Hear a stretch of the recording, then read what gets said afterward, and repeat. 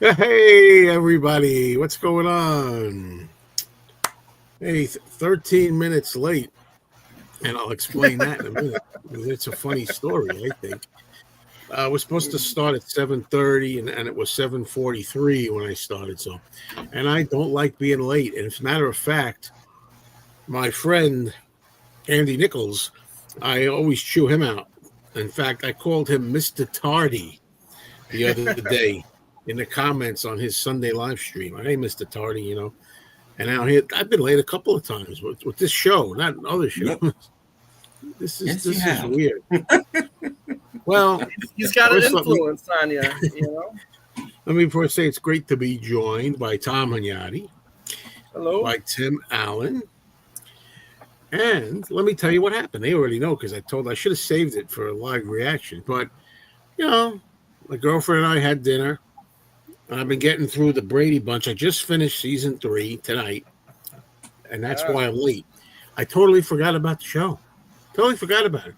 I watched 3 episodes. We watched 3 episodes, and the last one was like Davy Jones, the one when Marsha tries to get Davy Jones, and that song, "Girl, look what you've done to me," and I'm like, just watch it. And then the show ended.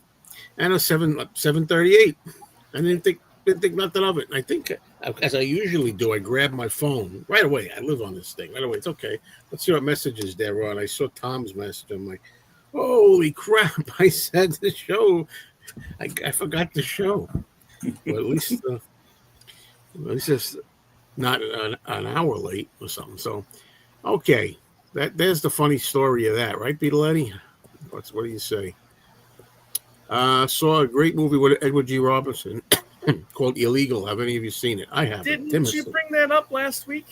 I thought he brought that up last week. No, I haven't seen that, but I would like to. Okay. Good evening, Romoga. Who's this guy? I don't understand who this is over here. I don't know how he got there. You gotta block that guy. Who is this guy? You're making trouble over here. Hey, what will everyone become? Hello, and whoa, we actually got a comedian here in our midst.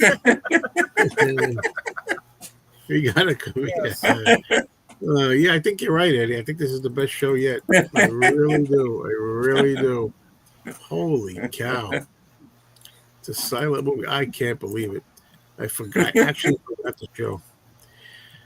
Okay, everybody. Hello, everybody. Hello. Has the show started yet? Yeah, it has now. Hello, David. Stop. You're kidding me by that question. I knew somebody was going to ask me that. I knew. No. Talking about this, a new video I made. About the Beatles. How many copies did you buy, Joe? I mean, look at this. How can I refuse this? I mean, the pink vinyl looks nice. I'm like, that's the exact kind of thing, folks, that I'm trying to refrain from buying. But, once in a while when there's something that just hits me, I want to have it, I'm going to get it. David, thank you so much. I appreciate that. Thank you for making me feel a little better about things. Thank you. The new Frankenstein is making its premiere at the Toronto Film Festival. Is the trailer out? Have you seen it? Yeah. No, I'll try my best to believe in it, but I don't believe it. Is that the one with Christian Bale, Mr. Mixoplex? All right. So anyway, Matt, you know what? Block Matthew Smith, please. Matthew Smith. Oh, I see. Yeah. Well, no. Can't do. Are there any good movies coming at theaters this year? Haven't been many so far. You know what? Forget. I don't even want to get into it. I'm not even going to get into it. Tom, it's you know what you said. I could feel your pain. I know how you feel about the new movies. Yeah. I mean, sometimes I get pleasantly surprised by a new movie. Right. I don't think he does, but maybe Matthew lives in a small town like I do, where there are no good movies because you only get the huge blockbuster superhero car crash movies. because there's only one theater and they show like 4 movies, and that's it. That's all we get. So where I live, there are no good movies, but I know that there are. I just don't get to see them. Yeah, they got to make it to the. I want to see like little movies make it, not just the blockbusters. I mean, I just watched I just saw a good movie on Thursday night called Eddington by Ari Aster, and who's one of our best filmmakers working today. And it's only showing in a handful of theaters, and that's too bad because it's a good original film. And no one's going to see it because these smaller films, they don't get the advertising dollars like the smaller films of years ago. Yeah. Well, I don't know what to say. Favorite the black exploitation films. They're usually called blaxploitation for short. Yeah. I like Blackula. I really do. I think as funny as it may sound, it really is it's a good, solid vampire movie. It's it's not jokey. Yeah. And I like anything with Pam Grier. I like all that stuff. Yeah, coffee. Coffee is my favorite. Friday Foster. Yeah, Friday Foster's good, but it's not as good as coffee. But there's, Across 110th Street is great. Even Shaft, I would consider Shaft a blaxploitation film, and that's a great film. Yeah.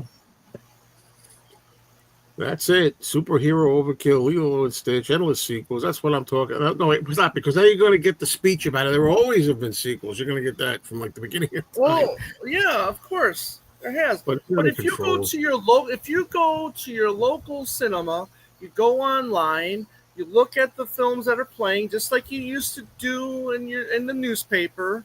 Okay, you'll find that there's really good original films coming out. Again, and it's all your guys' fault for not going to see them. If you live in a bigger city, where I live, there's not. There's one theater, and if it's a big film, they'll play it on 2 of the screens, and they're only showing 3 films instead of 4, which great. Yeah, science fiction theater from the 50s or 60s, very good. I didn't know there was a series. I always think of science fiction theater as being the name of a weekly movie show. It used to be on in my area in New York, just like Creature Feature, Science Fiction Theater. That's what I actually do have some. I like What About Bob a lot with Richard Dreyfuss and Bill Murray, and for me, and I never watched Caddyshack. I've never seen Caddyshack. I like Groundhog Day. I don't need to see Groundhog Day over and over and over. I like Stripes. What do you guys have any? Bill Murray? Yeah. Tootsie. I mean, Tootsie, yeah. I mean, he's great in the first Ghostbusters film. I can't think of the name of the movie I'm thinking of. What's the one he did with Scarlett Johansson? That's my favorite. Yeah, I know. Yeah, I know the one you're talking about. Oh, I know. Lost in Translation. Yeah, that's right. Lost in Translation is fantastic. I like him. I like him in Rushmore. Yeah, I love him. I was just gonna say that too. Rushmore, he's fantastic. He's actually got a lot of. What about Razor's Edge? There's one that Razor's Edge. He's in it. Yeah, I mean that's one of his. People seem to forget that one because that was like his first romantic film. Yeah. Well, before I continue, I was hoping Uncle Paul would be here, but he's not here. But he sent me a gift, and I'm going to blow this up for this. I'll probably show this in my regular live streams when Uncle Paul's around. The head, the tail, the whole damn thing, Jaws. But I want to ask if it's supposed to be like that. I don't think it is. Not that I'm, I'm not looking to give Torsten the mouth, but I mean, I'm just wondering if it's supposed to be curved. It's official Amityville Sours, cherry flavored shark tooth candy. Which I'm not eating. I will not eat any candy. I'll give you that right off the bat. Well, send them to me. No, we're going to take care of you, even if you won't take care of yourself. I got a record store you can send them to. Yeah, well, that's the way it is. You do you, I'll do me, buddy. There we go. There's the shark tooth candies.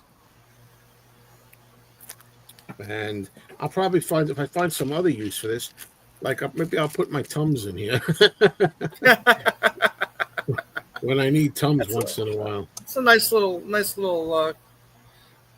thing. Now it doesn't close because I'm live here. Come on, close. Jeez. All right. So that's that. No, absolutely not. No, those guys were fighting, well, or they hated each other. Yeah, that's pretty cool, that story. Yeah. Well, I gotta get going here. Let's wait for it. We got to talk about some movies too that we've either seen or picked up or whatever it is. Yeah. All right. I know one movie I'm going to say very few words about at this point, but I don't want to overdo it.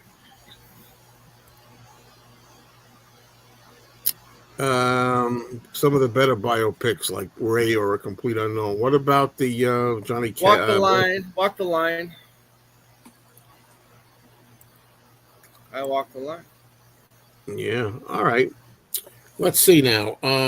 Where were we? Well, let's talk a little bit. Well, first about we'll skip Tim unless he got to the store and had something that he wants. I went to the store, but no. Still nothing, huh? All right. Let's look at it again. I'm getting mixed up on what I've shown here and what I haven't. I made a new video today about new pickups, so some of you may have seen these already. But for the sake of the show, okay. Yeah, I've been on a Brady Bunch kick. And this was one of the, I don't know what you call it, spoof movies, reboot. Not really a reboot, but a spoof. I'm going to blow it up. It's easier. 2-movie collection, the Brady Bunch movie and a very Brady sequel. I saw the Brady Bunch movie the other night. I watched it. I really liked that movie. I think they did a good job sending up the show. I remember seeing a very Brady sequel. I didn't love that one, but I got to revisit it. I don't remember it. Just remember not loving it.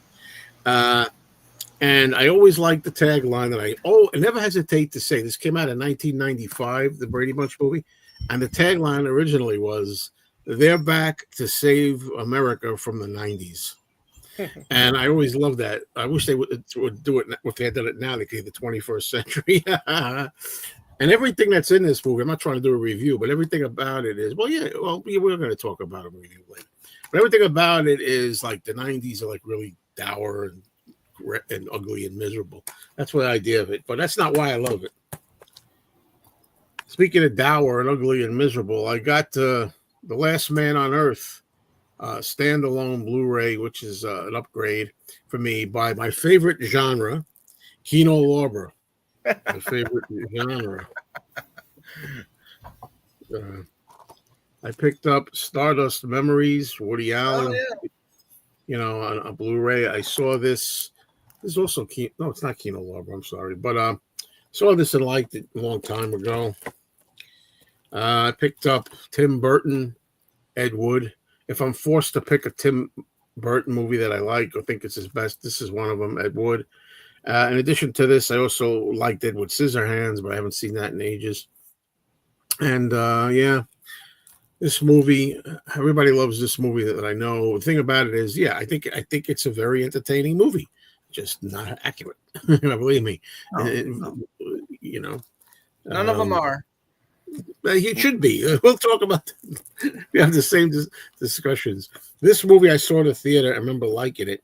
Somebody mentioned Blue Steel the other day, and it turns out it's not this Blue Steel they were referring to, but it reminded me of this Blue Steel. Jamie Lee Curtis as a rookie cop who gets messed up with a Ron Silver crazy man.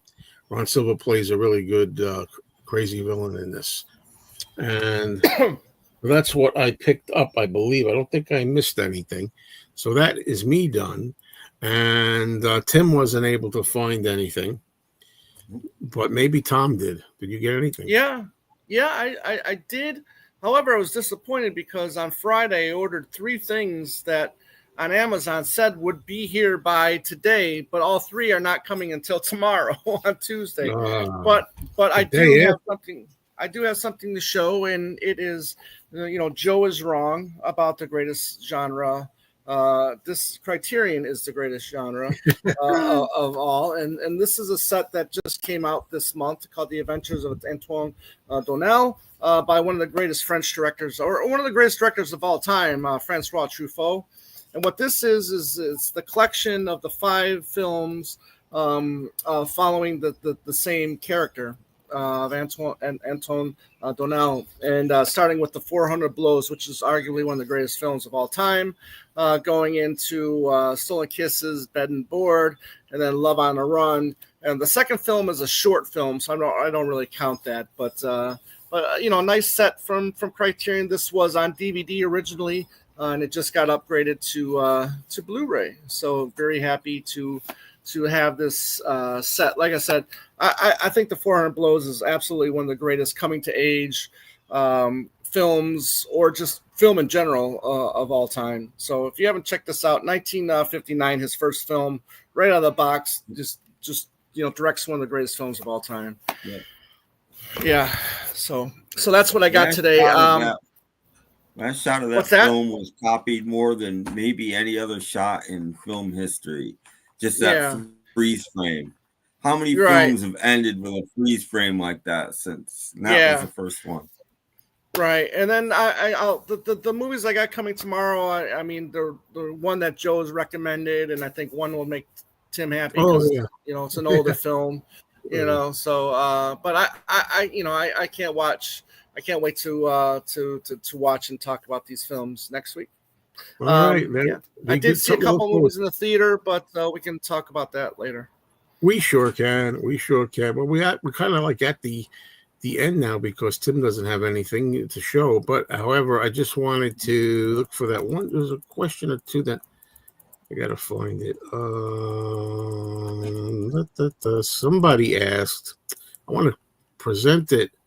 Oh, here we go. Should they be rebooting Naked Gun? That's a question. I have no problem with it. Yeah. My thing was, as I've said before, I think I don't like reboots too much, but when I found out that it's not like they're doing like let's remake and reboot, say, the Naked Gun. I guess it is a reboot in a way, but a sequel as well. Yeah, because what they're doing is that they're not having Liam Neeson playing the same character. He's playing the son of the character, like the son of the Pink Panther or something like that. So, so I guess then I'm all right with it, you know. But if he was going to be Frank Drebin, the same guy, I'm like, you can't replace him. But in a way, he is trying. He's going to be trying to do the same thing as if it's him, but just not under the same name. It's a child. You don't look like no child, if you know what I mean. I never like reboots. I mean, I suppose if you wait long enough, but the thing I don't like about this, and it's fine that they do it. I'm not mad that they're doing it. I don't care. But this is already a spinoff of a television show, and now you're taking a spinoff of a television show and spinning it off, and you know, it's just doesn't anybody have an idea anymore? I guess no. Sure they do, but unfortunately your cinemas aren't getting those films, like you said, like you've repeatedly said. You know, and that's my problem. And I understand that these films need to be made to keep movies going, but and I got to say, you know, Police Squad, which was the show, you know, that gave birth to the Naked Gun movie. I'd only seen a little bit of the Police Squad show at the time, and I think the Naked Gun, you know, was like better than the Police Squad episodes even. I don't, but you know, I mean, but it didn't hit. I mean, and that's the thing. Police Squad was a failure. So then what do? They make 3 movies about this failed 8-episode TV show. Well, I'm sure they made. Wait a minute. That proves my point. Come on. But the movie, The Naked Gun, was a tremendous, funny success. Yeah. Well, therefore, they were able to make 2 sequels. You know? It spawned 2 sequels. So I mean, it had to have had some form of success. Well, comedy is all subjective, of course. If somebody doesn't think it's funny, then they don't. It's that simple, you know. Matter of fact, I'll take a look at Box Office Mojo and see what the gross was. Complete Unknown, one of my favorites. You watched it at least 4 times already. Very, very good. I'm gonna get it. I'm eventually gonna order that too, but I'll forget what it is. Listen, the first movie made $78 million, close damn near $79 million at that time, which I say, for what was it 1988, that was pretty damn successful. Yeah. Brady Bunch movie, a lot of fun. One of my favorites. Did a good job capturing the original flavor. Yeah, they did. And also Michael McKean is in there, and he plays, the neighbor who's like a bad guy, trying to get the Bradys to sell their house and all of this. And he plays a good rotten creep of a neighbor in it too, I thought. Is Happy Gilmore 2 supposed to be good? Don't care. Yeah, I don't care. In 1951, a reboot of M with David Wayne was released. Should a new reboot be made? Who should star? No, I don't think so. M is a compelling story. What's that? Fritz Lang back in the 30s? Yes. It's a fantastic film. We're in a new time. I wouldn't mind if they took a look at it again. That's a sensitive topic these days. Yeah. But it's a touchy topic. Yeah. Go ahead, Tim. A lot of people might not know this. I believe that M is the first German talkie. And you listen to the sound in that film, and they did an amazing job on the sound in that film. And I think it's the first German talkie. Yeah. What's interesting to me about this movie is I had never seen it before, and I went in the village in New York City in a village. They had a theater, and they had a revival there of it. And the first time I saw it, I thought it was so strong and so powerful. I'd never seen it before. And Peter Lorre's character was actually, he made you like feel almost sympathy, even though you hated him. Yeah, good you point. Don't see that anymore. The sympathetic bad guy. You can't say things like that, Tim, when you don't see new movies. I just did. You can't say things like that. No. I know what Tom means. I know what Tom means. Let's be fair. Anyways, it's a great movie. And plus, the greatest genre of all time has released it on Blu-ray. So Larber released it. Yeah. You wish, pal. but what happened was that's my next part of the story. Thank you for reminding me. Then a few years later, I got I think it was Criterion, right? Yeah, I got M with Fritz Lang, and I revisited it, and it didn't do much for me the second time. I don't know how I had a reaction like that the first time, and the second time it didn't hit me as strongly the second time. I don't know why. So. And I haven't seen Papillon in ages, but I did like it a lot when I saw it. Great movie. Good movie. Dustin Hoffman's good in it as well. Yeah. Okay, how about David, whoever this is? I don't know who it is. You? No idea. Police Squad was hilarious. It was so dry, no laugh track, a great spoof of Dragnet style shows. It was. I mean, the big joke of Police Squad was, and tonight's special guest star was whoever it was, and then they killed them. They were dead before the opening credits were done. Every week they killed off the guest star immediately. That's brilliant. Yeah, don't let that laugh lie to you. He's laughing. He liked it. There was one unused guest star death in Police Squad. John Belushi filmed the death scene, but John died shortly after. Oh, so they probably didn't use it. Well, they got canceled after 8 episodes. Oh, hello, it's Mike. Great 1950. I'll send you a link, Mike. Hey. No, just kidding. Very good. Papillon soundtrack, very good. I think, hello to Kimba, and I think he means David Hemmings. Oh. I'm still lost. Yeah. I don't. So, let's talk about. Sorry if you have something to say. Over. Oh, David Hemmings. David Hemmings was in Blow Up. Yeah. Oh, wait a minute. Okay. Well, I was just thinking. I'm looking at movies that I got to talk about. I got 3 movies that I want to talk about, but that I saw. Okay. The first movie that I saw, and I'm going to talk about with like a sentence or something, or maybe more than a sentence. There's a movie I'm tired of talking about.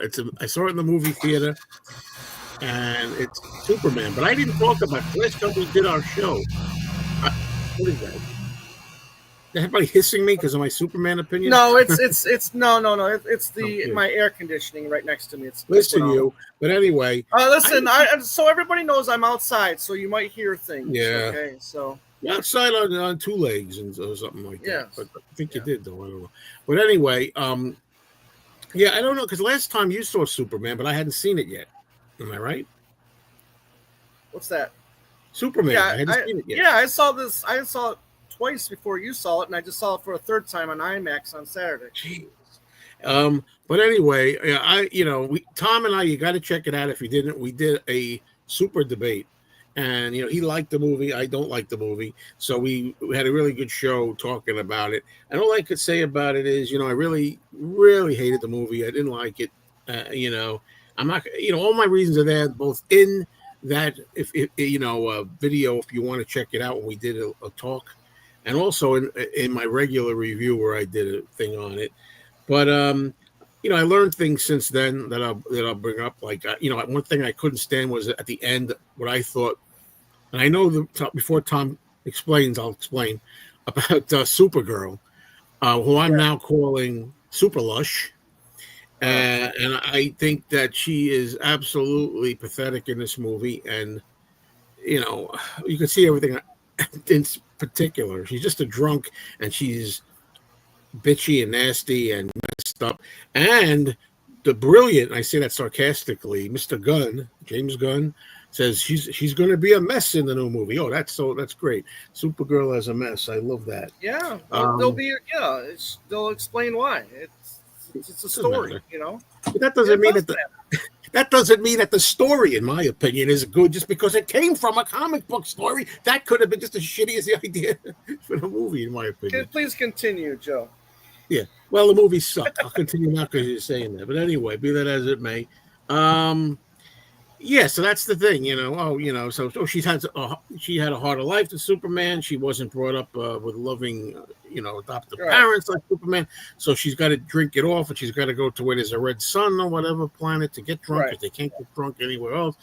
And I'm like, I miss you, Helen Slater. That's all I can say. The movie wasn't great. It's 84, Supergirl movie from 84, but I miss her as the character.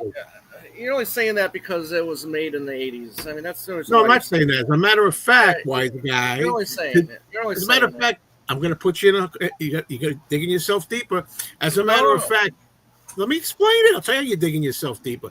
Only today, this morning, I looked back on my video for The Flash, which I liked better, whatever. As all my reasons are in there, and I had forgotten Supergirl must have been in the movie, because I said I liked her I liked that Supergirl in that movie. And she didn't even have the right color hair, I don't think, right? In the look. But I liked Supergirl in that movie, the way she was rendered. So that's a new movie. That was a year or 2 ago. So it's possible. It's possible for me to like it. That's my point. That was my point of that.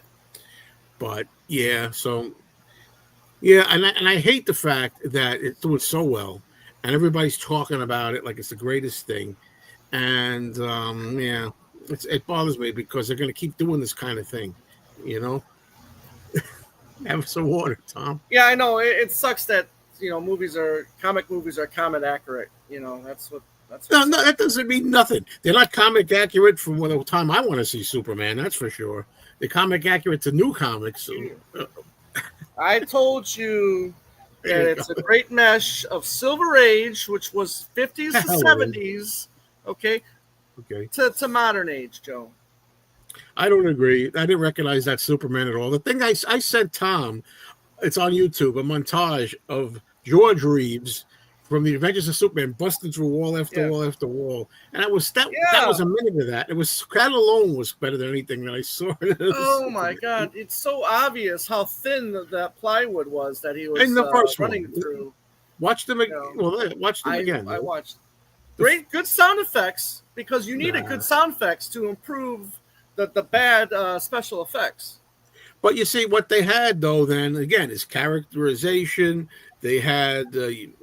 You cared a little more. People are saying they did that even in the new Superman, but I don't know about that. I disagree. So it's not today. It's all CGI for the most part. It's all effects and none of that. But I like what they did. Anyway, you told me the last time we had a conversation. You said, well, they can't do those. They couldn't do those kind of things then, like concrete and stuff. He said Superman's head they couldn't put into concrete. I said they always found a way. If they're gonna build a fake brick wall, I'm smash through it. I mean, they can find a way, yeah, but it ends up looking like people in the rearview mirror of a car while they're driving, fake as hell. No, but nobody thought of that then. That's why the world sucks today. And I still say that even with this cartoony, embarrassing looking CGI, fake looking, that it looks. I'm surprised people are supposed to be much more. I'm talking a lot about this. Sophisticated. Supposed to be more sophisticated today. These dummies that watch all these new movies, this dumbed down bunch of sheeple that like these modern movies like Fast and Furious and things like that. You think that they have better taste? And they look small. I don't know. I don't watch those kinds of movies. I don't watch Fast and Furious movies. Look. I don't care. I saw Deep Blue Sea. And I saw a shark, a cartoon shark, come up and eat Samuel L. Jackson, like whoosh, like that. People like that better than they like the idea of building the shark. They think that looks more fake. If you see a real shark, it looks like a fake shark. If you watch those shark movies, it looks fake. The real shark looks fake. Even looks like I mean, look. What can I say? I mean, some CGI is better than others. I mean, what they did in Jurassic Park. I mean, for me, that's like the king of CGI. That's some of the best looking CGI, and that was over 30 years ago. Some of it is more effective than others. I mean, I guess it just depends on the budget, on your budget. Well, I will say some of it is less bad than others. I mean, some of it I don't mind as much. Some of it looks better than others, I will say, but I just me personally, and I've heard other people say it, so it's not just me, but it takes me out of it when I know that they're looking up like that or whatever it is, and they're not acting with the real thing. It's like not really there. That bothers me. They did that to some extent in old movies too. To some extent, they didn't have dinosaurs in the old days either. I'm glad you realized that. But in the real old days, they had dinosaurs. Well, but anyway, so that's what I hate. Anyway. I don't know. We could talk about this one other time. I went longer than I wanted. I knew it would turn into another battle, because it's just so. I guess I'm going to put my fan on here. Last time I did that, people said, "Oh, it was too noisy and stuff." Look, I'm not going to sweat to death here. Screw that noise. Anyway, so that was that one. Then I'm going to talk about. Let's talk about the Brady Bunch movie. I talked about it already, but very quick, I just say that, I like that they kind of make it look faithful, the movie, to the TV show. They got all the details right. Whoever writes these things, sometimes they can do a good job. Sometimes they nail all the classic scenes, all the classic lines, things that people remember about it. They didn't leave any stone unturned. They really did a good job with taking actual scenarios from the most popular TV episodes and weaving it into the story. I already said I thought Michael McKean was a good villain in this. Shelley Long is fantastic as Florence. She was perfect casting in that one. Perfect casting. And David Cole has the voice down pat as Robert Reed's Mike Brady. It's freaking amazing. And he did have a daughter, actually, Robert Reed, early on, I guess. And it turns out that she said that she thought it was him, when she was listening. It sounded like she could swear it was her dad. You know what I mean? I can't do it the way, is it David Cole, is it? Whoever it is, Mr. Cole. He does a really good job, and it's to the point where He does a lot of expressions, and I can't do it. I can try to imitate them, but I won't. And the final thing I'm going to talk about. Now, do you count this as two movies, or do you count it as one epic? Because my friend Anthony came over last week, and we've been watching a movie a week. We may do Carlito's Way this week coming up. Last time we did Kill Bill Volume 1 and Kill Bill Volume 2 together, which I call one movie. It's supposed to be one movie, but you had to make two because of the length. They made them do it. Uh, it went so fast. It's three. I timed it how much it was going to be. It's 3 hours and 48 minutes, but it felt like a 90-minute movie. We had a good time with that thing. Uh, Tarantino. What can I say? I used to call him Quentin copy paste because he takes scenes from other movies, costumes from other movies, dialogue from other movies. Sometimes that's why they go. Yeah, you steal from the oldest best stuff if you're going to steal anything. He sees music that he likes in like spaghetti westerns and manages to like infuse them into the new movie. And he knows where. If you like a certain soundtrack, music, you would know if I was making a movie, this would be good in that scene, that soundtrack, and stuff like that. Whatever it is, again, I got invested in the characters. There's just enough. There's action. There's some comedy. There's everything. Story, actors, characters, the whole shebang. I think it's fantastic, fucking tastic. So that's it for this week for me. Oof. Oof. And next, I'm going to have Tim say a few words. Tim. Words. Oh, you want me to talk about movies?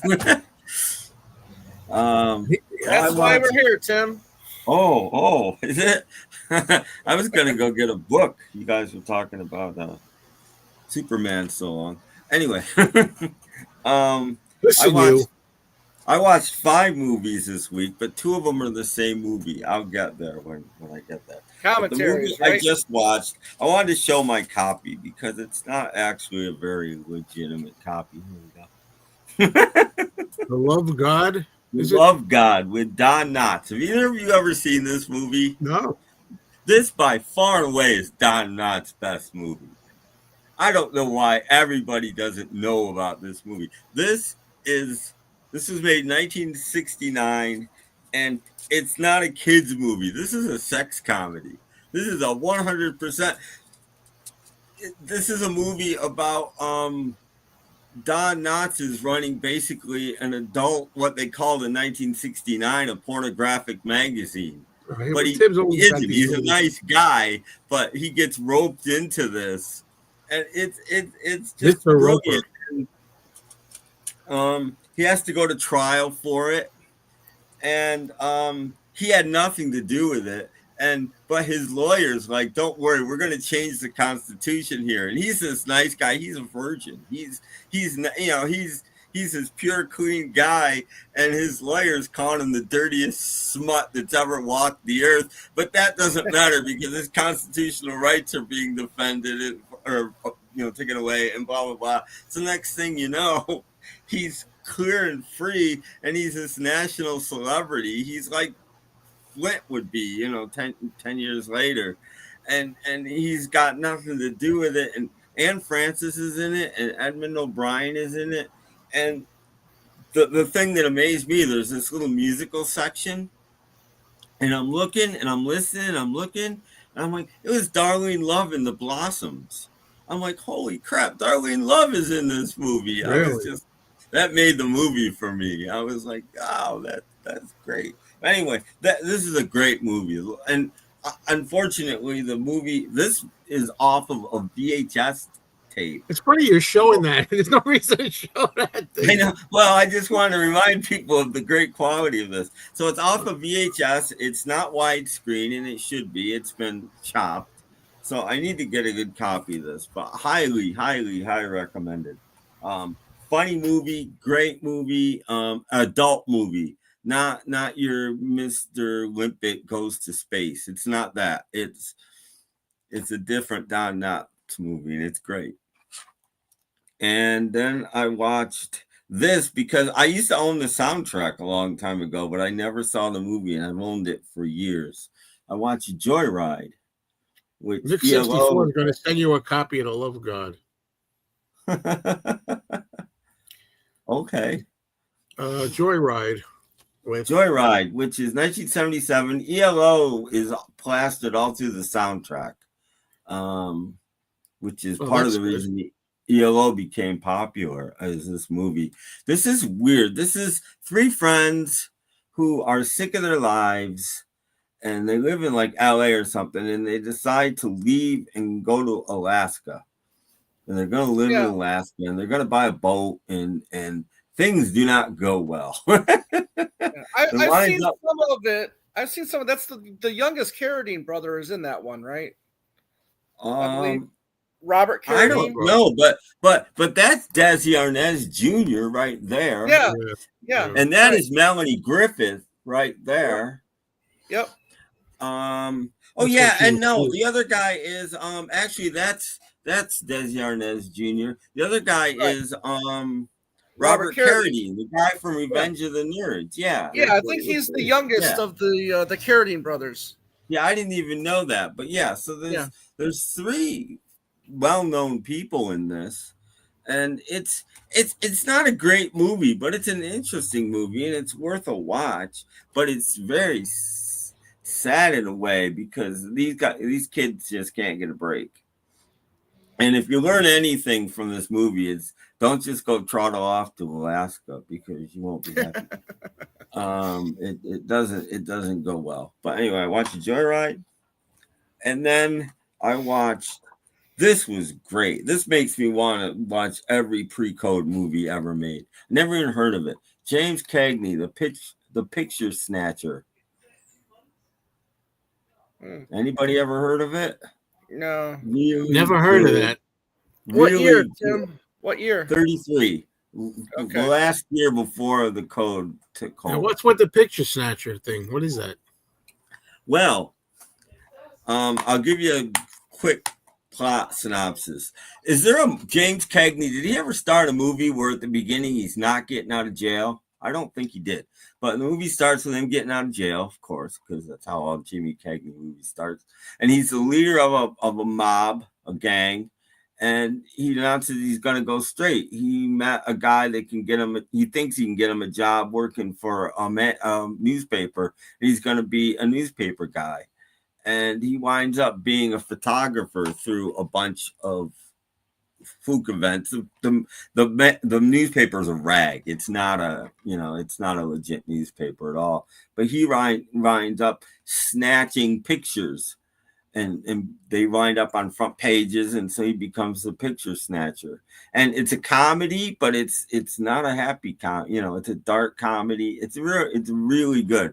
It's as good as I think any of his other gangster movies, but it's a comedy. It's good, really good film. I enjoyed it very much. Very good. And this is the last one. And if you guys remember on when I was on your Superman stream, we were talking about going in with expectations. Well, this is the film.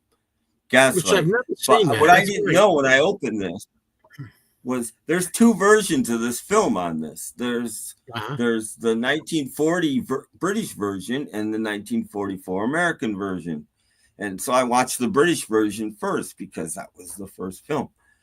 And had a low budget, but they also didn't have the production code in Britain. So they could do a lot of things that they couldn't do in America. And I saw this film, and here's where my thing came in. I'm like, the American version is going to be awful compared to this because this one opens with a murder, a strangulation, and it shows it. And, and I'm like, the American film can't do any of the stuff that this British film is doing. And till about halfway through, I was convinced that, okay, this isn't that great. And then the second half of the film, I changed my mind. I'm not saying that this one, which is Charles Boyer, Ingrid Bergman, and Joseph Cotten, I'm not saying it's better, but it's at least as good. It's very different. They took the weaknesses that they had because they couldn't do certain things, and they added other things. Like they made Charles Boyer's character much more charming than the one in the British film, and Ingrid Bergman, he's trying to drive her crazy. I don't know if it's a good or bad thing, but in the British film, you believe most of the time that his wife is crazy, and in this American version, you know she's not. Joseph Cotton before the Booze Bucks films. Great, though. Yeah. Well, I didn't hear it, Tom. I'm sorry. I said Joseph Cotton before the Booze Buck films. Oh yeah, no. This is like Lady Frankenstein. Not that long after he made Citizen Kane. I like that one. Ingrid Bergman is really good in that one. So yeah, who directed that again? No, I did have that DVD, but I only watched the American version. Who directed the British one? I think might even be better. This is 44, and the British one came out in 40. Yeah, but who directed the American version? God, I forgot. Let me see if I can. If you can see it. Yeah. I'll look it up if you can't see it. Sometimes on those older movies, George Cukor. George Cukor directed it. Okay. Yeah. Good. Yeah. But yeah, I still think I prefer the British version, but not by much. They're very different films. Both very good. That's what I saw. I was going to ask the same thing Kimber had said, because now they always say, somebody gaslighted me. Yes. They mentioned in some of the special features that that's where the term comes from. Is this movie? Yeah. So then gaslight in the movie must not mean that. You know what I'm trying to say? It does. It does. One of the ways the husband is trying to drive the wife crazy is he thinks there's a treasure hidden in the house. So he's blocked off the part of the house where he thinks it's hidden. And he goes out at night and sneaks into the house and goes upstairs and turns the light on up there. And when he does, the gas light in her room, because they don't have great pipes, goes down, and she sees it. Nobody else sees it, and she thinks she's going crazy. She hears footsteps up there, and the gas light goes down, and he's doing this on purpose to try to drive her nuts. And that's not what I mean. Yeah, that was the origin of this term. It's a reference to the movie when they say you're gaslighting me. But of course, nobody in the movie says I'm going to gaslight you, because no. It just comes from the title. Yeah, but the title comes from the turning of the gas, and then the light goes down. And was Paul McCartney? I mean, Angela Lansbury in Gaslight? Yeah. In the American version, it was her film debut. Actually, she was 17, I think she said she was.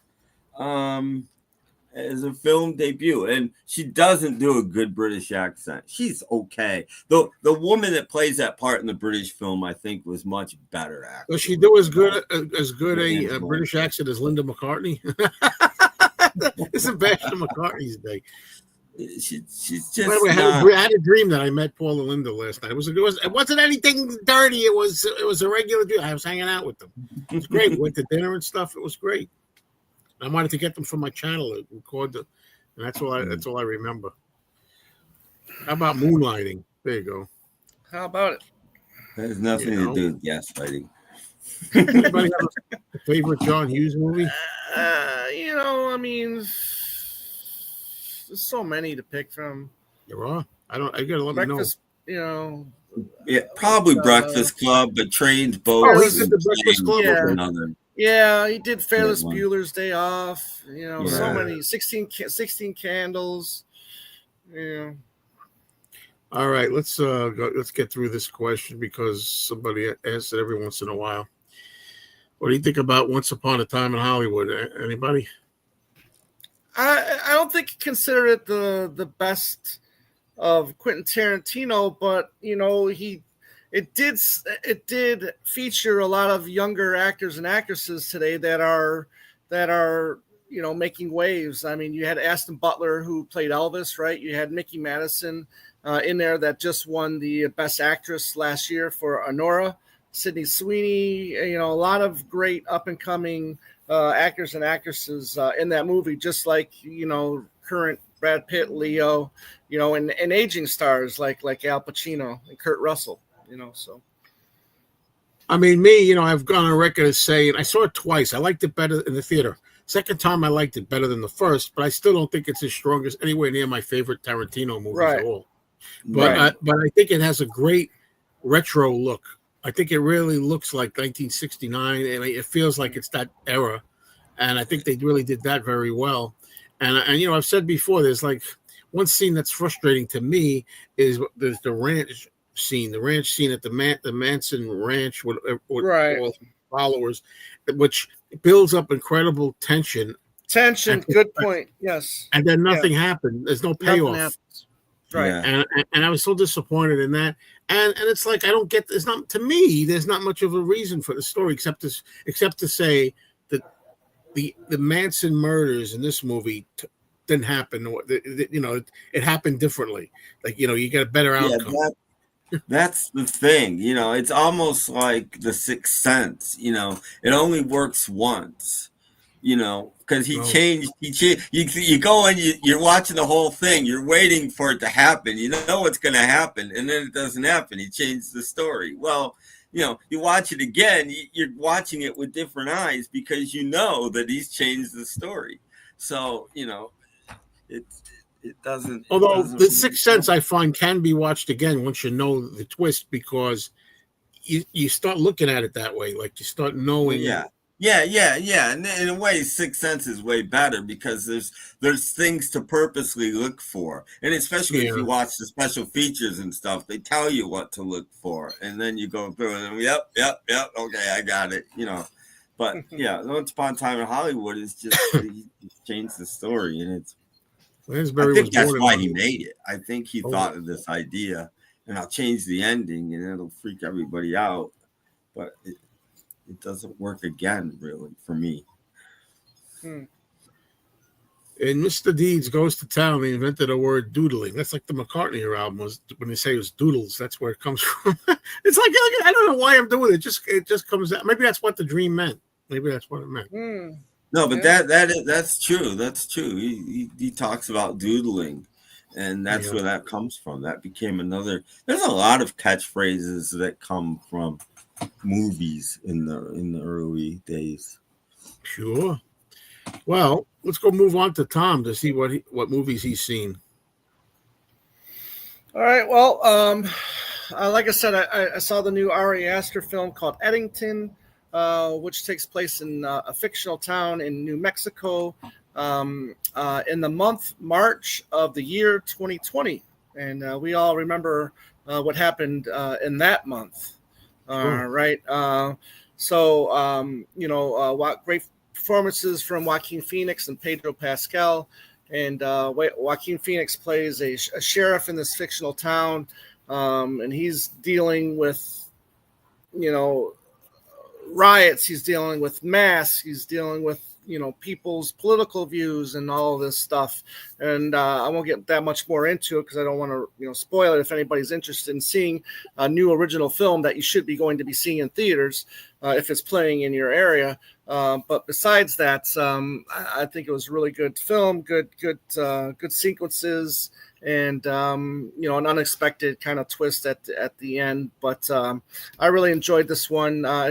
Joe, you have one of his movies called Hereditary that you haven't seen yet, and I hope you do see it because it's really it's a really good horror film, or modern day horror film, And I get you, Kimbo. Pedro Pascal, he's like in almost everything that comes out, that's been coming out.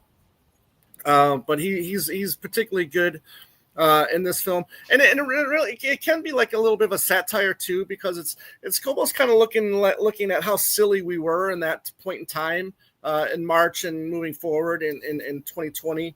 Especially when it came to wearing masks and the riot, and all that stuff. I really like that. And then I did see Superman for a third time in IMAX theater. And then Beetle Eddie asked if he thought that the IMAX was a better viewing experience. And I will say that was my favorite viewing experience of Superman was in the IMAX theater. I did see things that I didn't catch the first 2 times that I saw. Like there's a little Easter egg in there during a particular scene where people are on the road and they're driving away, and then you see a little sign for Gotham City. As you're I saw. I driving on did a catch highway. that. I caught that. Did you catch that? The Yeah. green sign. Yeah, Right? yeah. The green sign while the people are driving away from the city. There was a sign for Gotham City. So that was the first time that I caught it. Yeah, I didn't even have to see it 3 times. Yeah, well, good for you. Good for me, but bad for me otherwise. Yeah. But yeah, those are the 2 movies I saw in the cinema this week. Debating on whether or not to see Fantastic Four this week or not. I probably doubt that I'll see it, but we'll see. Can I say one thing? I'm thinking. Of course, now I have sort of a Superman interest. I do have Man of Steel back there. That I got cheap. I've never seen it, so I don't have Return of Superman, but I don't know. And I hear that he's more of a godlike figure in that film. Godlike. Yeah, I mean, just have to see it. You have to see it. I heard like he was more like like he's haunted more, or he's got more. There's more problems or something. Darker. It is a darker film. I mean, it's not really like a joyous film like the first 2 Superman movies, in my opinion, were, or even this new one is. Yeah, but all of those films from the what they call the Snyderverse from Zack Snyder, they are a bit darker in tone as opposed to the other ones. Is it a situation where if I'm going to see like the Man of Steel, can I see it on its own, or is it better that I go? Oh yeah. You don't need to watch. And I think the Snyderverse launched with that movie. So So I think that was the beginning of the Snyderverse, if you will. Well, when do you have Return of Superman Returns, or the Return of Superman, or whatever? Superman Returns. I think that was 2006. Well, I don't know the year. Is it before or still after? Yeah, it was before. Yeah. Brandon Routh, the Superman Returns with Kevin Spacey. That was 2006, before Superman Return. I mean, before the Man of Steel. Before Man of Steel. Yeah. Well, I wish I was slightly thinking. I could have had. I should have had it. I could have had the scenes of George Reeves busting through all those walls and bricks things up here and ready to show. Yeah. The music is great. The music's so good too. Maybe next time. Maybe. Oh. Superheroes are fun until they introduce Bat Dog or Spider Cat. Well, I mean, it just depends on how they introduce them.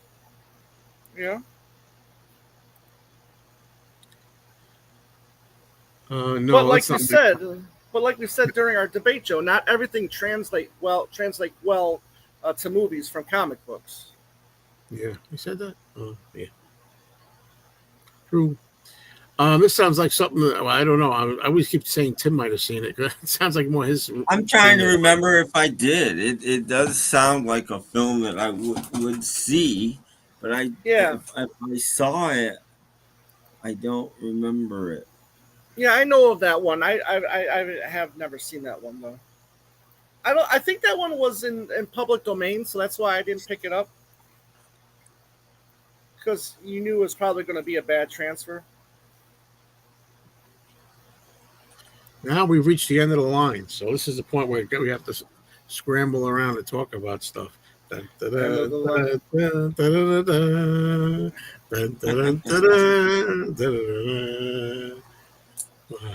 Goosebumps. Yeah. Come on, folks, help us out here. Well, we had Henry on here, but I don't know if it was the real Henry. That's the thing. I noticed you got rid of him real quick. Because I don't know who's Henry anymore. I don't know if anybody's had a chance to see this, but just before I came here, I watched the latest Criterion Closet video with Matthew Broderick. And he's the first guy. Yeah. He's the first guy who I have seen every movie he picked. Now I know what you're talking about. Yeah. I want to hang with this guy. He's put. I'm like, yep. Yep. I'm like, Well, wow, we he didn't could teach me talk anything, but I'd get along with him great. Well, now I know what you mean, and I never understood those either. Because here we go again, the Criterion thing. I still want to understand it because I see Tom says it, jokes around about his favorite genre, and the Criterion Closet. They're movies. They're movies of all types of movies that any studio could put, or video company can have any types, all kinds of movies. I don't understand. It's not like it's a Criterion movie. It's released on Criterion physical media. You know what I mean? I don't get it. That they go in there, check out the Criterion films as if because well, I mean, it's different. It's different. I mean, why sometimes people are going in there because they were doing a commentary track or they did an interview for a movie they're going to be releasing. Like, I mean, you can speculate. Okay, so Matthew Broderick just did this latest one. So does that mean they're going to be releasing Ferris Bueller's Day Off? I don't know. So, but there's reasons why people are in there for doing that. Sometimes their movies are on their streaming app.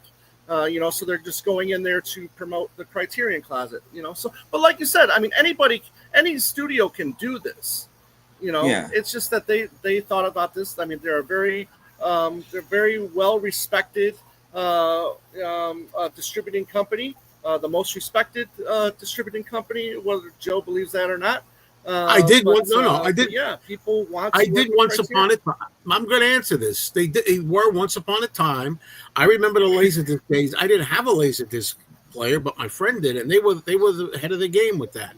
That's then. That's the 1990s or early 2000s. Well, now anybody could be Criterion. The thing about Criterion is they try, and they don't always succeed, but they try to only do well-respected, well-regarded, very good movies. They don't ever put out, stuff that most people wouldn't want to watch. That's not true anymore. I don't know if that was ever true. It is still true.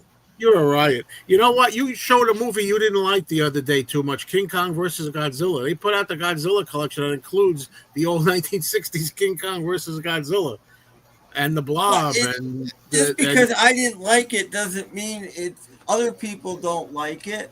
They don't. You're never going to see the Fast and the Furious 8 on Criterion. You know what I mean? Well, no, that's true. That's true.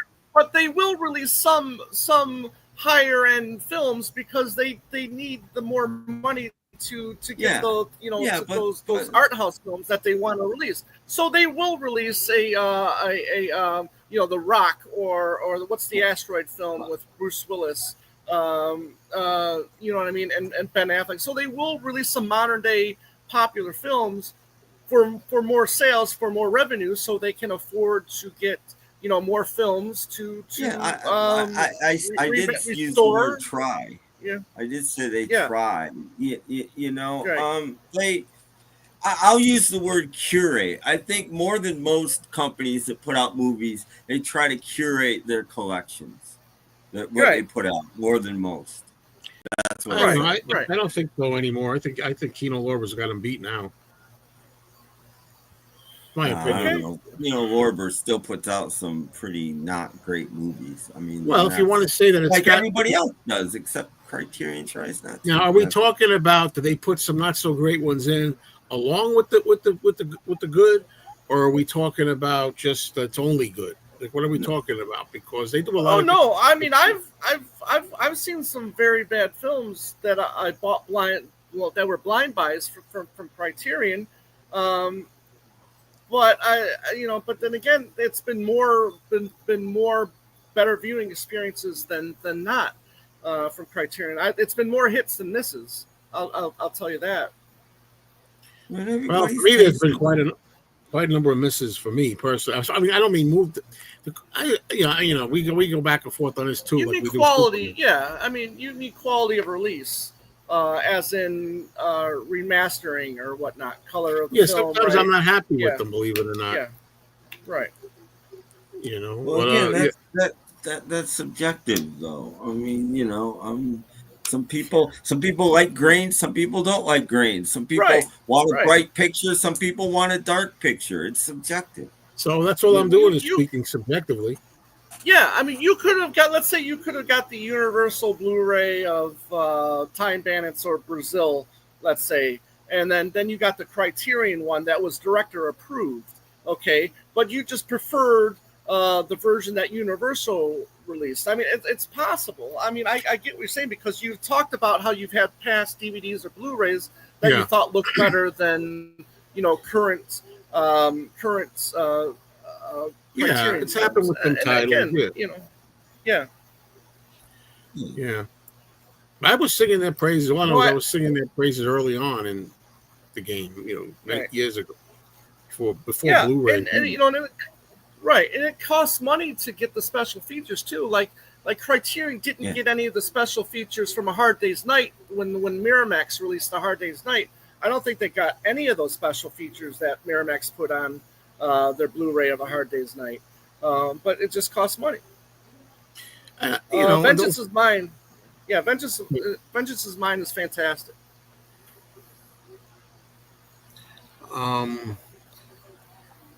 Yeah, some of them don't have the features I'd expect them to have, and not only that, but let's not let them off the hook with the price. Now, of course, there's always the Criterion sale. You can wait. Yeah, all right. That's at least they do that. But why not just do it all the time? I guess because some people are going to spend $50 on some of these movies. Yeah. I don't know. Well, I do think they do cost more because of the fact that they put a lot of time in restoring the image, the audio, the music, and all that stuff. And I'm not saying that Kino doesn't or Arrow doesn't either. Arrow charges the same amount for their Blu-rays as Criterion does.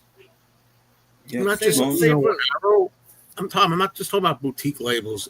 Regular studios do take the time, remaster or whatever. But they're not doing that much anymore. They're loaning the vast majority of the catalogs to other studios. Right. They're letting the boutique labels do all the remastering work now. Yeah. I wanted to answer Ollie's question. I don't need to see The Long Good Friday, Ollie, because I've seen it. Yes, exactly. Yeah. So have I. I haven't seen it, but whatever. I can live my life without seeing it. If I do, great. It's a Handmade Films release. Yeah, I know. Yeah, Helen Mirren's in it. Yeah, I've seen it. Yeah. Olive's another one I like. Did they re-release the Quiet Man? I liked Olive because you didn't have to go through a bunch of crap when you put the disc in the player. Oh, I love that too. That's one thing we can agree on. I got to tell you, I hate that. You got to go through all this stuff, and same thing. Like Kill Bill, I'm watching it with Anthony, and they have scenes, and it's and all these. You got to wait, and they show you scenes, and it's like then the menu comes to the music or something. It's like I'm fine with a still shot, like a still poster or something, and play scenes. I believe it or not, that I like that. I don't. Well, I've been watching some old DVDs lately. In the beginning, they have menus, but when you put the disc in, the menus don't even come up. The movie just starts, and then at the end of the DVD, up comes the menu, so you can see. Right, Warner Brothers was like that. I kind of like that. Yeah, Warner Brothers have done that. Yeah. The thing about Olive, though, they were always bare bones, though. Never any special features with the Olive. Sometimes you got a trailer. That's it. Yeah. That's it. Right. If they could get a hold of the trailer, they gave you the trailer. But I've never seen more than a trailer. I saw Straw Dogs once. A friend of mine brought it over. And all I can remember about it is something in the house or something at the end or something. Well, I don't remember it. Right. Yeah, it's a tough watch. Watch. It pushed boundaries. If it was a horror film, maybe it wouldn't be so considered but it's not a horror film, but it goes as far as any horror film did. It's horrific, but it's not a horror film. Yeah. And there's a difference. It goes a long way. But I appreciate Straw Dogs. I think it's a good film. Yeah, Dustin Hoffman. Dustin Hoffman's a mild-mannered man. He's more to himself. He gets picked on and pushed, and he got pushed a little too far, and then then at the end, it's more kind of like a revenge flick at the end. I like it. I want to give that another watch. Yeah, the greatest genre of all time released that. Yeah. Wait till somebody else puts it out. Be a little less dark. Jill Ireland is great. Yeah.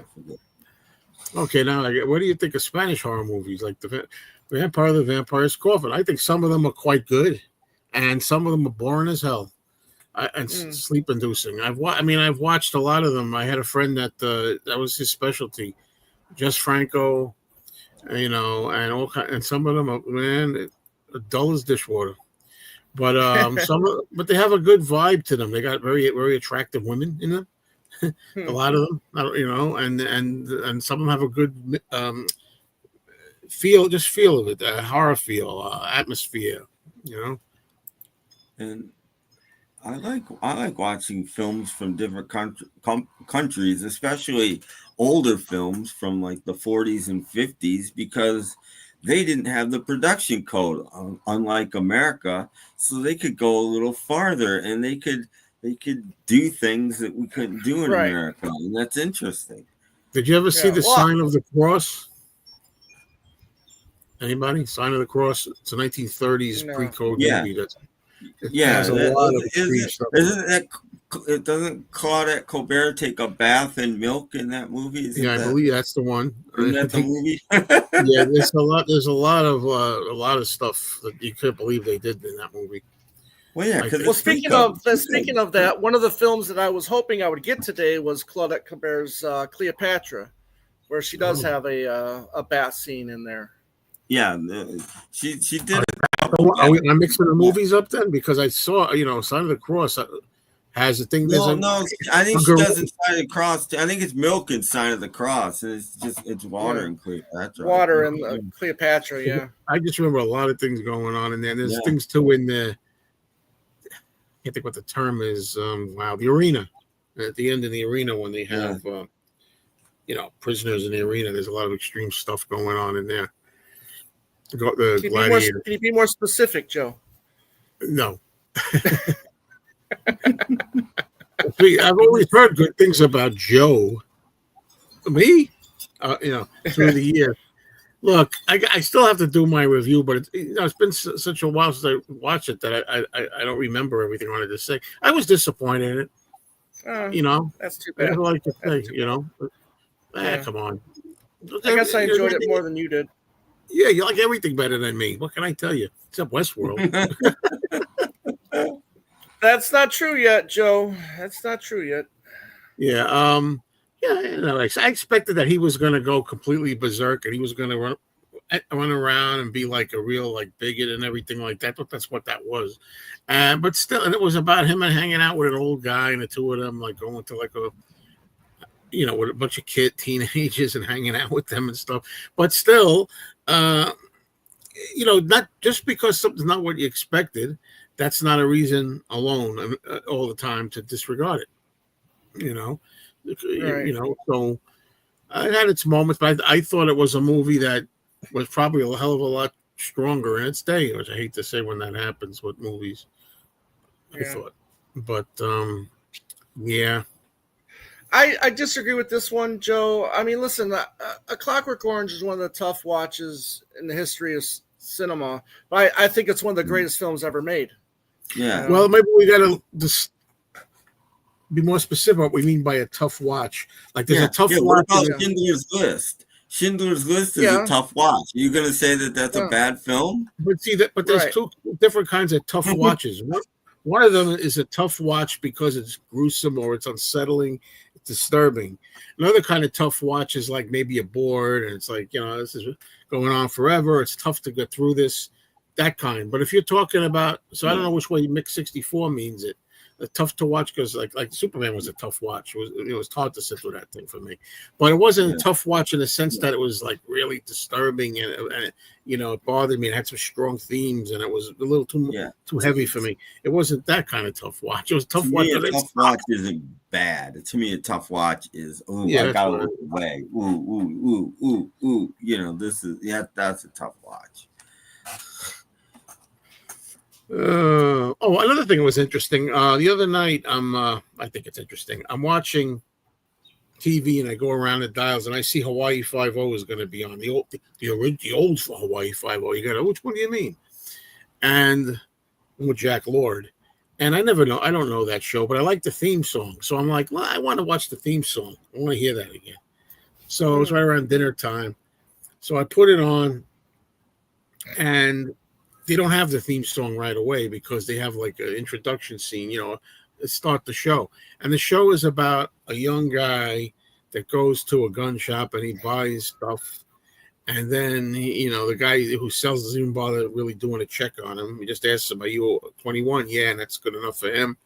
And then he winds up setting up shop. I'm trying to be delicate here, on in view of a highway, and starts, getting crazy on people driving their cars and getting in and out of their cars. And he starts, knocking them off. Now, the thing is, right away, I'm thinking that's like Targets. That's very much like Targets, Peter Bogdanovich. Yeah. And I'm like, I really wonder, because it came after that. The episode of Hawaii Five-0 was 71. Targets was 68. So I just was thinking about that. And I did a little research, but I couldn't find anybody really saying, oh, yeah, that was kind of borrowed from that. But again, that's the kind of story anybody could think of. Maybe you think, oh, how about we get this guy that's like kind of like lost or unstable, and he just starts doing this. That's something you kind of thought about if you never saw the other movie. Anyway, maybe. Yeah. But for me, like a tough watch would be like I Spit on Your Grave, the original. Straw but Dogs. how do you mean it by tough? In which way? And it's just like it's horrific. I mean, what's going on? What these people are doing to the woman is it's tough to watch. Yeah. Pink Flamingos for me is a very tough. That's watch. Another right for other reasons. It's not boring. It's just really hard to look at the screen. Well, but did you like I Spit on Your Grave? No, right? No, I own it. I like it. But it's still a tough watch. That's why you disagree with Mick 64, because you still enjoyed it in its way. That's like me with the Human Centipede. Yeah. We're talking about a tough watch. That's required viewing for Tom, Human Centipede. And it's tough watch, but that's what it is. I'm watching a movie about a crazy, out of his freaking mind, mad doctor that wants to do this to people, and sew three of them together, mouth to where, one after the other, and try to make an animal or whatever out of them.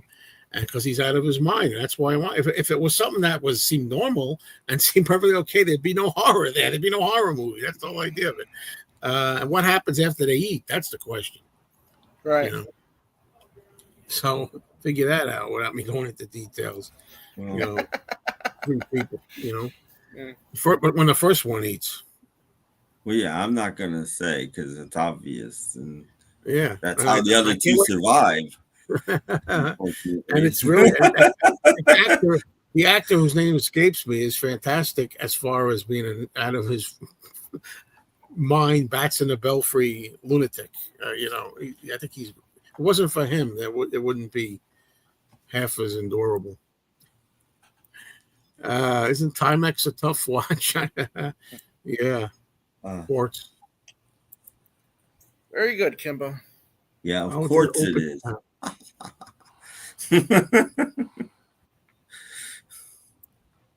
Remember the open panel show, huh? This is an open panel show. What are you talking about? DeMille said you can show anything in films, sex, crime, any evil, as long as good and right wins in the end. It has a moral lesson. It helps. That's how that was his philosophy. That's how he did the Sign of the Cross and Cleopatra and all of that stuff. I can show this stuff as long as the baddies get it in the end. And the movie's called The Sign of the Cross. It's a religious movie. So if all of her servants are topless, that's part of the movie.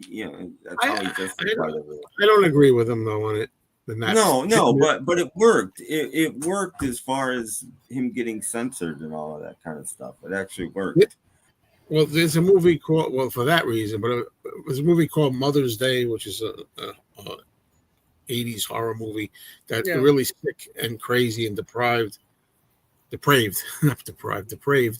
And At the end, they all get theirs. At the end, all the baddies get theirs. But what you see through all what they're doing other people before that, some people say, well, that doesn't make that up to me. No, no, but that was the production code. The baddies had to get it in the end. Yeah, so if it's a matter of, he's talking production code wise, right? Yeah. Well, that's when DeMille was making movies for the most part, pre-production. Right, so that's how he was done about the time the production code ended. I thought he meant more like morally or for your own soul. I didn't know he was saying no. Legally, he meant that's how you could do it. That's the only way you could do it. So that's what he did. Is it wrong to not cry watching a sad film? I've seen Grave of the Fireflies twice. I never cried once. I was getting a little misty at the Brady Bunch today too. Well, so there you go.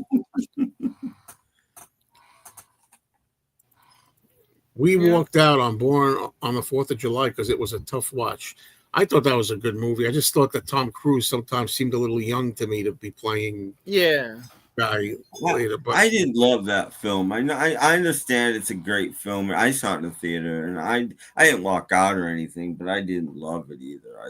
I got it, but I'm like, this is just okay. See, I don't know about this. Is an interesting point that he brings up, though. I wonder about this. It's a tough watch. It bothered him. He didn't care to see the rest of it. Is it a bad film for him? Yes. And I'm like, yeah, that's rough to see how I feel about that. Because I always think with movies, there's bad in a technical sense. And then there's bad in another sense. Like, in other words, so many of my horror movies, they're bad movies, right? As far as cinematic quality. They're inept. Some of them, they're bad films. But yet, oh boy, they're good. Boy, therefore, do I enjoy it anyway? Despite that, like Plan 9 from Outer Space or something like that's a good example. Like I might put.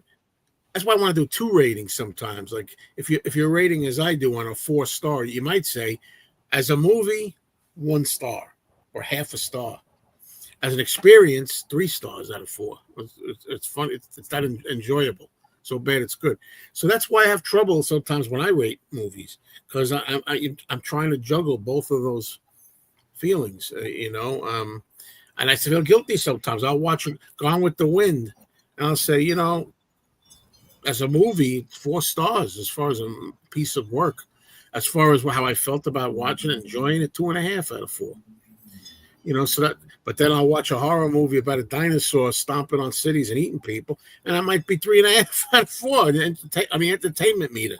I don't know if people do that. Most people don't do that.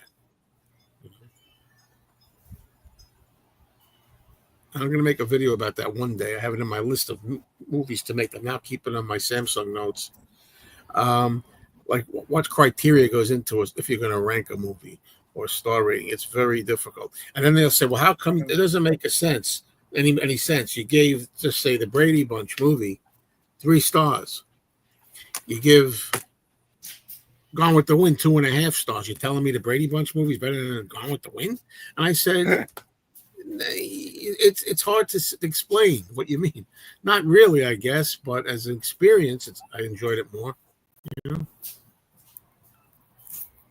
Yeah. What about the series? I haven't seen that. I love David Lynch, and I haven't seen that, so I need to do some research on that and find out. I've only seen little bitty clips, and it's weird. I'll say that. Very odd. I mean, it wouldn't be David Lynch if it wasn't weird. Very odd, but I haven't seen it. Only a couple of small clips. That's you and me both, Pirate Gamer. Oh, you got me kidding me. But I'd rather see Plan 9 than Gone with the Wind. There you go. Me too. Yeah. Oh, boy. Yeah. I judge a film on its entertainment value. Well, that's the thing, yeah. Plan 9 is a much more entertaining film than Gone with the Wind is. Yeah, that's generally what I try to do. But I try to work them both in somehow. That's the thing, because I can't call a movie bad if it's really like a Marvel. Exactly. People that say Plan 9 for Outer Space is the worst movie ever made. No, it can't be because it's Ed Wood's best movie. So therefore, it can't be because all of his other movies are worse. But that's a good point. Watch Mano's Hand of Fate. You want to see a bad movie? Watch that. Plan 9 is not a bad movie. And there's much more boring directors that depends what you don't like in a movie. I say, that old saying that the biggest cardinal sin you can do is making it being boring movie. Yeah. And that's what I find about other directors, not Ed Wood. His movies are not boring because they're so wild and over the top and badly done that they're fun. But other people just put you to sleep. Yeah, they're entertaining. Yeah. There's a movie, I think it's called Voyage to the Planet of Prehistoric Women. Yeah. Joe Dante put this together, I think, but he didn't make it. It's cut from a couple of different films. They slopped it together with some narration. And despite being full of scantily clad women, it is the most boring film I've ever seen in my life. It's just... There's no talks, no voices in it. It's all 100% narrated, and it's just like, oh god. Gone with the Wind is a girl movie. I watch it every year. My mom was saying she likes it too. I get that. I do. I think it's mostly because they want a strong woman like Scarlett to be able to identify with. That's what I'm thinking. Yes.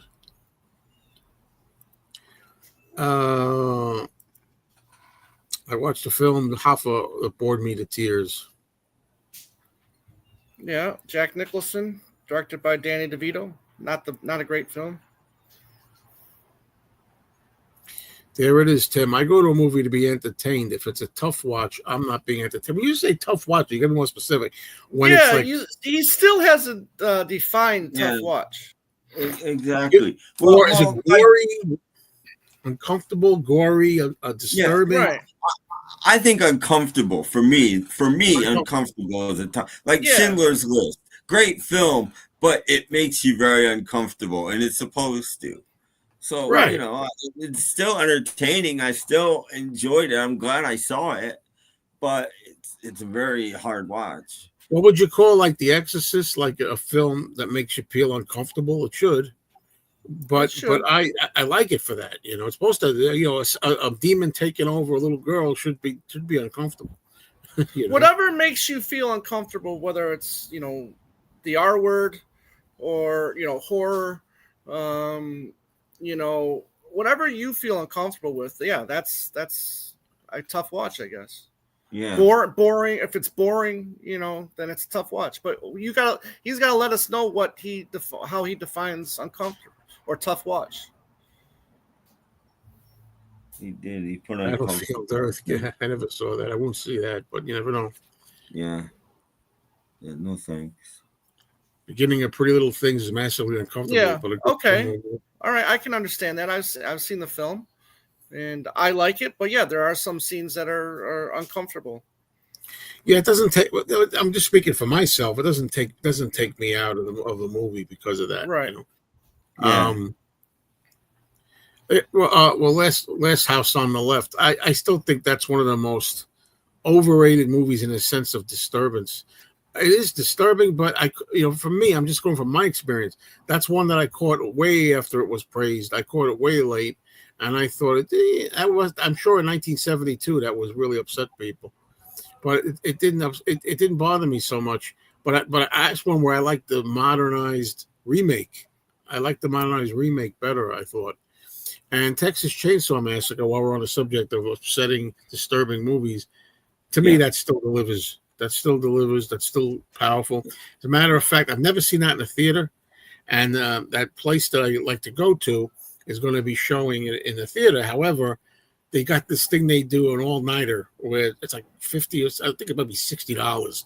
And they're showing like 5 films or something. And that's one of them. I'm not going to pay the money to go in there. I don't care about. I forget what the other movies are. There are other horror movies, but one of them, Scream. A couple of other ones. Well, for me, like all horror movies are hard watches. So I don't even count horror movies in the hard watch category because they're supposed to be. You're supposed to be uncomfortable watching a horror movie. That's the point. But for me, movies that aren't horror movies that are gruesome or whatever happens that makes that to me is a hard watch. Well, let's talk about a scene. Out of another one, like parts of the Virgin Suicides is a hard watch. It's a good film, but it's a hard watch. You know, how about the Brian De Palma Scarface? You seen that, Tim? I haven't.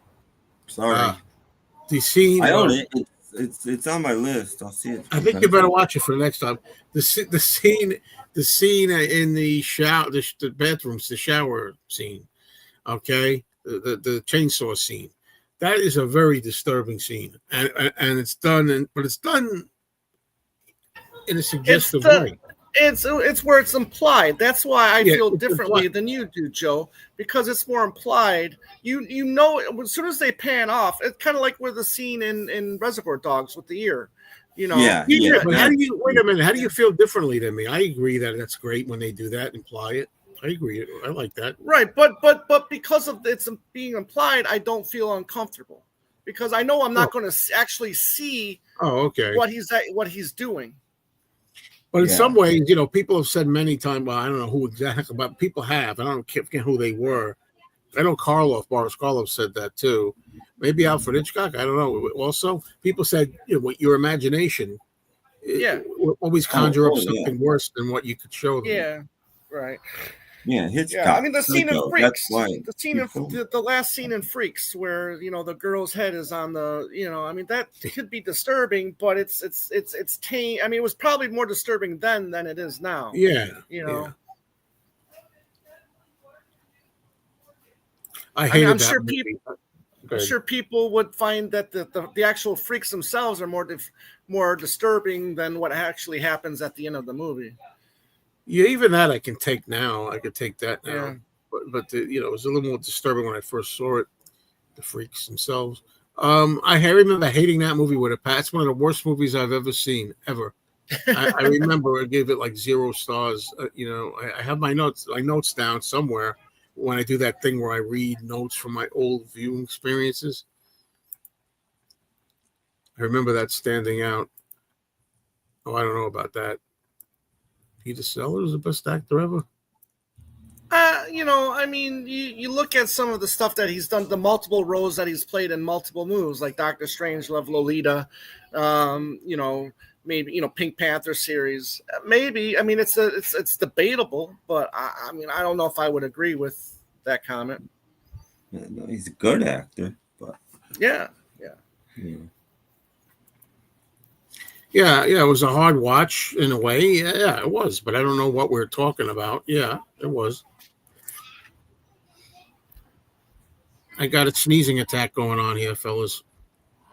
Awesome.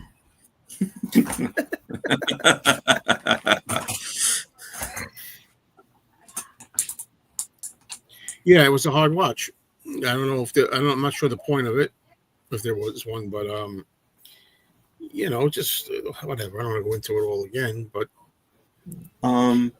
I keep thinking of movies that were hard watches. If anybody's ever seen The Cook, The Thief, His Wife, and Her Lover. Life and the Lover, great movie, but very hard watch. Yeah. Why don't you start with the? No, I like the, you know, where she suggests she starts with the entree at the end of the movie. Yeah. Yeah, very, very hard to watch, but beautifully filmed. Good movie. Wow.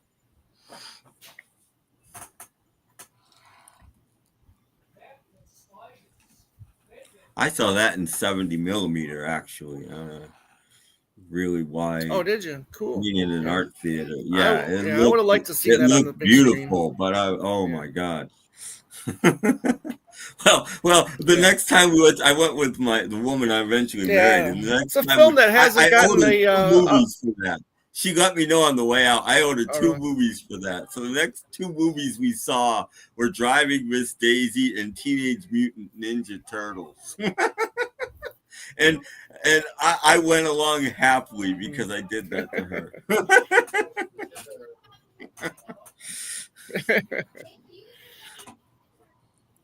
Yeah. Oh. All right, Joe. Oh, yeah.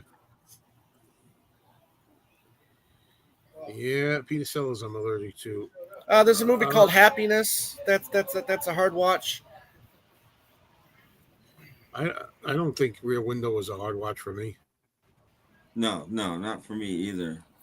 Vertigo was when I first saw it, but I keep saying I'm not committing to it until I see it the right way again. I didn't understand Vertigo. It wasn't a hard watch. I didn't understand That's the first time I saw it. That's what hard watches to me when I can't understand. Another film I saw in 70 millimeter, and I went to premiere week. It premiered the remaster. Premiered in Washington D.C. at the Up Down Theater. That was the national premiere, and I didn't go that night, but I went, that week, and brilliant in 70 millimeter on a huge screen, huge curved screen, and I enjoyed it immensely. I think I'm allergic to Superman. Hey, Joe, I gotta get going. I'm having internet connection, and I got neighbors here that are being loud, so I'm gonna get going here. All right, so I'm going to stop with 95 minutes anyway. So thanks everybody for being here. We'll stop the show now. Thank you all. Thank you. Do it again soon. Tune in next week, hopefully. I'm sorry it's abrupt, but